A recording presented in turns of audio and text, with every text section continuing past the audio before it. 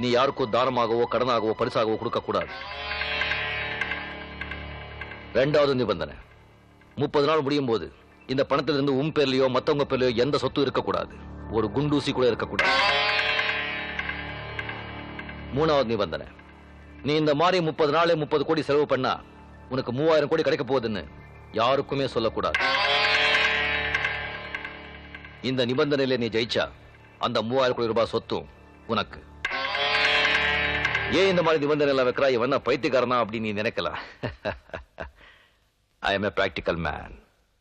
நான் சின்ன வயசுல எங்க அப்பாவுக்கு தெரியாம ஒரு சுருட்டு பிடிச்சேன். எங்க அப்பாவுக்கு தெரிஞ்சு போச்சு. ஆனா எங்க அப்பா திட்டல. சுருட்டுனா ரொம்ப பிடிக்குமா கண்ணா அப்படின்னு கேட்டாரு. வா அப்படின்னு ஒரு ரூம்குள்ள கூட்டு போனாங்க. ரூம் பூரா சுருட்டு கட்டுகள். இது எல்லாத்தையும் பொழுது விடியதுக்குள்ள புடிச்சு முடிச்சிடணும் அப்படின்னு சொல்லி கதவு தாப்பா போட்டு போயிட்டாரு. நான் ராத்திரியெல்லாம்